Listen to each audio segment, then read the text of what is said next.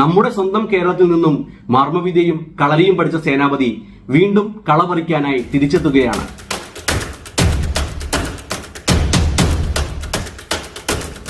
നമസ്കാരം.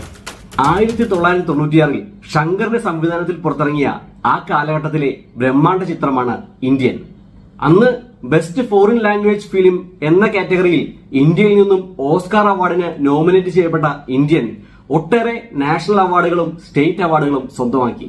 കമലഹാസൻ ഇരട്ട വേഷങ്ങളെത്തിയ ഇന്ത്യനിൽ 70 വയസ്സിനു മേൽ പ്രായമുള്ള ശക്തനും സത്യസന്ധനും മർമ്മകലകളിൽ അഗ്രഗണ്യനുമായ തീവ്രവാദ നിലപാടുകളുമായി ഇന്ത്യ വിട്ട് സിംഗപ്പൂരിൽ പോയി സുഭാഷ് ചന്ദ്രബോസിനോടൊപ്പം INA-യിൽ ചേർന്ന് ബ്രിട്ടീഷുകാരിൽ നിന്നും ഇന്ത്യയെ മോചിപ്പിക്കാൻ ശ്രമിക്കുന്ന സ്വാതന്ത്ര്യ സമര സേനാനിയായ വീരശേഖരൻ സേനാപതിയായി നായക കഥാപാത്രമായ കമൽഹാസൻ എത്തുന്നു. സ്വാതന്ത്ര്യാനന്തരം അഴിമതിയിൽ മുങ്ങിക്കുളിച്ച ഈ രാജ്യത്ത്